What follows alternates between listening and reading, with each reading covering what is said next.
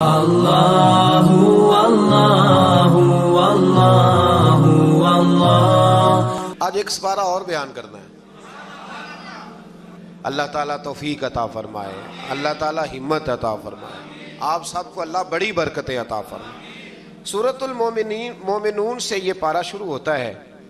سورۃ المومنون کی جو ابتدائی 11 آیات ہے وہ تعلیمات اسلامی کی جامع آیات ہیں۔ ان میں فلاح یافتہ جو کامیاب ہونے والے ایماندار ہیں ان کی صفتیں بیان کی گئیں۔ فرمایا گیا کہ وہ نمازوں میں خشوع خضوع کرتے ہیں، ہر قسم کی بیہودہ باتوں سے لا تعلقی، زکوٰۃ کی ادائیگی، اپنی پاک دامنی کی حفاظت، امانت اور عہد کی پاسداری اور نمازوں کی پابندی۔ آخر میں فرمایا گیا کہ ان صفات کے جو حامل اہل ایمان ہیں وہ ہمیشہ جنت میں رہیں گے۔ آیت نمبر 13 سے انسانی تخلیق کے مدارج کو بیان کیا گیا۔ پہلے نطفہ، پھر اس کے بعد جمع ہوا خون، پھر گوشت کا لوتھڑا، پھر گوشت اور ہڈیوں پر مشتمل جسم کی تشکیل۔ اس کے بعد فرمایا یہی خالق و مالک موت کے بعد آخرت میں دوبارہ زندہ کر دے گا۔ جو ماں کے پیٹ میں صورتیں بناتا ہے نا، قبر سے بھی دوبارہ زندہ کر لے گا۔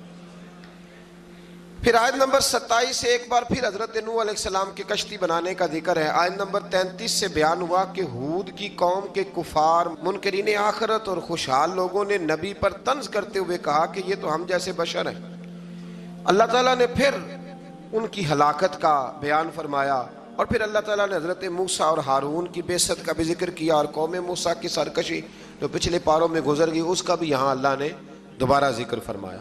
آیت نمبر 52 سے دین اسلام کے ایک ہی دین ہونے، فرقہ بازوں کا اسلام کی وحدت کو پارا کرنے اور ان کے جو امیر لوگ ہیں ان کے خوش فہمی میں مبتلا ہونے کا بیان بھی فرمایا گیا۔ آیت نمبر 56 سے فرمایا کہ وہ اہل ایمان جن کے دلوں میں خشیت الہی ہے، جو شرک نہیں کرتے، جو اللہ کی راہ میں عاجزی کے ساتھ خرچ کرتے، اور جنہیں قیامت پر ایمان ہے، وہی لوگ نیکیوں میں جلدی کرتے ہیں اور سبقت کرتے ہیں۔ آیت نمبر 64 میں کفار کی پکڑ اور اس پر ان کے چلانے کا بیان ہے۔ اس کا سبب یہ ہے کہ یہ اللہ تعالیٰ کی آیات سے روگردانی کرتے، تکبر اختیار کر کے قرآن کو افسانہ کہہ کے بکواس کرتے تھے۔ آیت نمبر 78 سے اللہ تعالیٰ کی نعمتوں کا ذکر ہے کہ اس نے انسان کو سننے کے لیے کان، دیکھنے کے لیے آنکھیں، سمجھنے کے لیے دل عطا کیا۔ گردش لیل و نہار، زندگی اور موت اسی کے قبضہ و قدرت میں۔ آیت نمبر 85 سے اللہ تعالیٰ نے استفہامی انداز میں بیان کیا کہ اگر ان منکرین آخرت سے پوچھا جائے کہ زمین اور ان کے خزانوں کا مالک کون ہے، 7 آسمانوں عرش عظیم کا مالک اللہ، ہر چیز کی بادشاہت کس کے قبضے میں ہے؟ اللہ کے، جس کے مقابل کوئی نہیں، وہ کون ہے؟ اللہ۔ تو ہر سوال کے جواب میں کہیں گے اللہ۔ تو پھر آپ ان سے پوچھئے کہ کیا تم سحر زدہ ہو، تم پر جادو ہو گیا؟ پھر اس مالک و ملک پر ایمان کیوں نہیں لاتے؟ اس کے احکام کو تسلیم کیوں نہیں کرتے؟ آیت نمبر 91 سے بیان ہوا کہ اللہ کی کوئی اولاد نہیں، اس کے سوا کوئی عبادت کا مستحق نہیں ہے۔ اگر ایسا ہوتا کہ ایک سے زیادہ خدا ہوتے تو ہر ایک اپنے لشکروں کو لے کر دوسرے پر غلبہ پانے کی کوشش کرتا۔ حالانکہ اللہ وحدہ لا شریک کے اقتدار کو چیلنج کرنے والا کوئی نہیں۔ اللہ اکبر۔ سورت کے آخر میں بیان فرمایا کہ انسان کو بے مقصد پیدا نہیں کیا اور اللہ کی بارگاہ میں آخری جواب دہی کے لیے لوٹ کر جانا ہے۔ آیت نمبر 96 میں برائی کو اچھائی سے دفع کرنے کا بیان ہے۔ اس کے بعد اپنے حبیب مکرم صلی اللہ علیہ وسلم کے ذریعے اللہ تعالیٰ کے بندوں کو ہر قسم کے شیطان کے شر سے پناہ دینے کا طریقہ تعلیم فرمایا۔ آیت نمبر 99 سے کفار کی موت کے وقت کی ندامت اور ان کے دنیا میں واپس جا کر نیک عمل کرنے جیسی ناممکنہ باتوں کی تمنا کرنے کا بیان بھی ہے۔ آیت نمبر 101 سے قیامت کے دن تمام رشتوں کے ختم ہونے اور اعمال کے سبب نجات ہونے کا ذکر ہے۔ آیت نمبر 106 سے اللہ تعالیٰ کی آیات کو جھٹلانے والوں کی گفتگو کہ ہماری بدبختی نے ہم کو گمراہ کیا اور اگر ایک بار ہم نکل گئے تو دوبارہ لوٹ کر نافرمانی نہ کرنے کا بیان ہے۔ اللہ تعالیٰ فرمائے گا پھٹکارے ہوئے پڑے رہو اس میں اور میرے ساتھ بات نہ کرو، تم دنیا میں مومن بندوں کا مذاق اڑاتے تھے اور وہ یہ دعا پڑھتے تھے۔ کافر مذاق اڑاتے تھے اور مومن مومن کہتے ہیں ربنا آمنا، اے اللہ ہم تجھ پر ایمان لائے، فاغفر لنا ذنوبنا، ہمارے گناہوں کو بخش دے، ورحمنا، اور ہم پر رحم فرما، وانت خیر الراحمین، تو سب سے بڑھ کر رحم کرنے والا ہے۔ ان کو ان کے صبر کا بدلہ کامیابی کی صورت میں ملا۔ آیت نمبر 112 میں فرمایا کہ جب ان سے زمین پر گزاری ہوئی مدت کے بارے میں پوچھا جائے گا تو یہ کہیں گے ایک دن یا دن کا کچھ حصہ گزارا۔ آخری آیت میں امت محمدیہ صلی اللہ علیہ وسلم کو استغفار کرنے اور رحم کی دعا مانگنے کا حکم ہے، جو کہ یہ آیت ہے، رب اغفر وارحم وانت خیر الراحمین۔ فرمایا یہ دعا مانگا کرو، رب اغفر وارحم وانت خیر الراحمین۔ پھر اس سے آگے سورۃ نور شروع ہو جاتی ہے۔ سورہ نور میں اللہ تعالیٰ نے خانگی اور معاشرتی احکام کو بیان کیا ہے۔ ابتدائی آیات میں زنا کرنے والے غیر شادی شدہ مرد اور عورت کی سزا کو بیان کیا کہ ان کی سزا 100 کوڑے ہیں جو غیر شادی شدہ ہو، اور صاحبان اقتدار اہل ایمان کو کہا گیا کہ تمہیں اس سزا کے نفاذ میں ان پر رحم نہیں چاہیے۔ حکمرانوں کو حکم ہے جب کوڑے مارنے ہیں زانی کو تو پھر رحم، ہاں یہ بھی دین ہے، دین نافذ کرنا پڑتا ہے۔ اور ہمارے یہاں نا بڑی اب ویڈیو آتی ہیں کہ وہ جی بچے رو پڑے جی بکری ذبح ہونے لگی نا جب، تو میں نے کہا یہ قوم جہاد کرے گی جو بکریوں کے ذبح ہونے پہ رو رہی ہے، اور وہ ویڈیو بنا رہا ہے ابا دیکھو میرے بچے کا بکرے سے کتنا پیار ہے۔ خدا کے بندے خیال کریں، جذبہ جہاد ہے، شوق ہے، جب دین نافذ کرنا ہے تو فرمایا پھر تم نے رحم والے جذبات نہیں رکھنے، اس کو یاد کر رکھیں، اور تمہاری ایک جماعت اس سزا کے نفاذ کے وقت موجود ہو۔ یہ تو ہے نا غیر شادی، اور شادی شدہ کی سزا کیا ہے؟ اس کو یعنی اتنے روڑے مارے جائیں گے کہ وہ ماری جائے گی۔ ابھی بھی یہ باز نہیں آیا، اللہ تعالیٰ سمجھنے کی توفیق دے۔ آیت نمبر 4 سے بیان کیا گیا کہ جو لوگ پاک دامن عورتوں پر زنا کی تہمت لگائیں پھر اس کے ثبوت میں 4 گواہ پیش نہ کر سکیں، سنو اللہ کا قرآن، ایسے ہی بیٹھ کے کہہ دیتے ہیں فلاں بی بی ایسی ہے تو فلاں بی بی ایسی ہے، شرم نہیں آتی؟ بہو بیٹیوں کے بارے میں معاذ اللہ لوگ باتیں کرتے ہیں۔ غور کریں قرآن کیا کہتا ہے۔ فرمایا جو لوگ پاک دامن عورتوں پر زنا کی تہمت لگائیں پھر اس کے ثبوت میں 4 گواہ پیش نہ کر سکیں تو تم ان کو 80 کوڑے مارو، ان کو 80 کوڑے مارو، اور ان کی شہادت کو بھی قبول نہ کرو، اور یہی لوگ فاسق ہیں، اعلانیہ نافرمان ہے اللہ، سوائے ان لوگوں کے جو اس کے بعد اللہ تعالیٰ سے توبہ کریں اور اپنی اصلاح بھی کر لیں۔ یہ قرآن نے کہا توبہ بھی کریں، اور یہاں تو بھائی کوئی پتہ ہی نہیں چلتا، جس کے بارے میں مرضی لوگ معاذ اللہ بری بات کہنی شروع کر دیتے ہیں۔ آیت نمبر 6 میں یہ ضابطہ بیان فرمایا گیا کہ اگر کوئی شخص اپنی بیوی کو زنا کی تہمت لگائے اور اس کے ثبوت میں 4 گواہ پیش نہ کر سکے اور اس کی بیوی اس تہمت کا انکار کرے تو فریقین ایک دوسرے پر لعان کریں۔ شوہر 4 مرتبہ اللہ کی قسم کھا کے یہ کہے کہ بے شک وہ ضرور سچوں میں سے، اور 5ویں بار یہ کہے کہ اگر وہ جھوٹوں میں سے ہو تو اس پر اللہ کی لعنت، یہ اس کو کرنا پڑے گا۔ ایسے نہیں کسی پر معاذ اللہ لوگوں نے طلاق دینی ہوتی ہے تو الزام لگا کے نکال دیتے ہیں، ڈر نہیں آتا اللہ تعالیٰ سے۔ اور عورت سے حد زنا اس طرح دور ہو سکتی ہے کہ وہ 4 مرتبہ اللہ کی قسم کھا کے کہے کہ اس کا خامن یقیناً جھوٹوں میں سے ہے، اور 5ویں بار کہے کہ اس کا خامن سچوں میں سے ہو تو اس عورت پر اللہ کا غضب نازل ہو۔ آیت نمبر 11 اور 16 میں ایسا مضمون ہے کہ جو بیان کرتے وقت کلیجہ منہ کو آتا ہے۔ گھبرایا نہ کریں جب لوگ آپ کے بارے میں میرے بارے میں کوئی بات کریں، کوئی بھی مسلمان جب اس کے خلاف کوئی بات کرے تو گھبرائے نہ۔ سورہ نور 18واں پارہ آیت نمبر 11 سے 16 میں حضرت عائشہ صدیقہ پر جب منافقین نے الزام لگایا، اللہ اکبر، منافقین نے الزام لگایا، اس کا ذکر ہے۔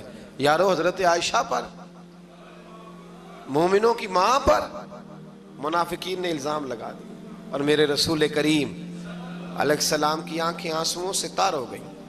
ابو بکر صدیق نے گھر سے نکلنا چھوڑ دیا۔ حضرت عائشہ اتنی بیمار ہوئی کہ بستر سے اٹھ نہیں سکتی۔ او لوگو، اتنی فنکاری کہ رسول اللہ کے گھر تک دنیا پہنچ گئی۔